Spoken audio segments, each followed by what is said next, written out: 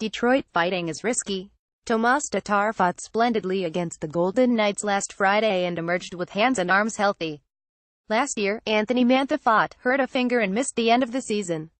There is not a lot of time to weigh the risk of injury and the relative merits of the situation as the gloves are falling to the ice. But the Red Wings were challenged to score last season, and there are no purer goal scorers on the roster than Tatar and Mantha. Those are some mighty important hands banging up against the opponents' heads and grabbing jerseys. You know, I'm not looking for it obviously, Tatar said.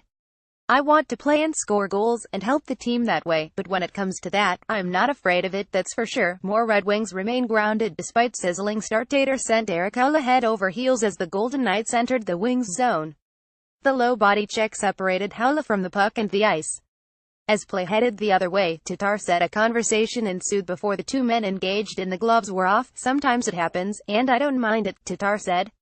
It's a sport, fighting's a part of it. But you don't want to hurt anybody. Haula lower body joined two other Knights on the injury reserve list over the weekend. Goalie Marc-Andre Fleury concussion and forward Jonathan Marchessault lower body are also out after the Wings' 6-3 victory.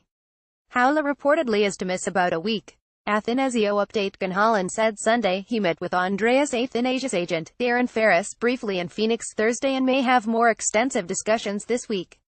However, it appears there is no movement in the negotiations yet.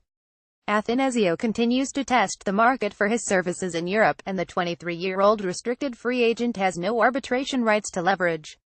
The Red Wings have not moved from their offer of $1.9 million for each of 2 years, which they say is based on an evaluation of the player and the market.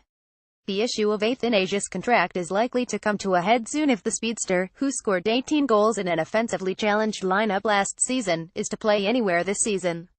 Trading Athanasio is made difficult by his considerable promise and the likelihood clubs will offer meager return for an unsigned player who is not in the lineup and who has not dressed all season and missed training camp. The Red Wings consider Athanasio, Mantha and Dylan Larkin their best chances to produce stars from within the organization. Larkin and Mantha will be restricted free agents at the end of this season. At this stage in his career, Athanasio likely would be no less a part of the Red Wings' redevelopment plans once he returned to the lineup in playing shape.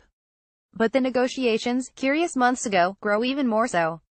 Athanasiou's choice is likely accepting the Wings' offer, or a season in Europe and a season away from his preferred, desired development in the NHL. The likelihood of that changing this season, with the Red Wings both dug in and still liking the speed, the hands and the player, seems small.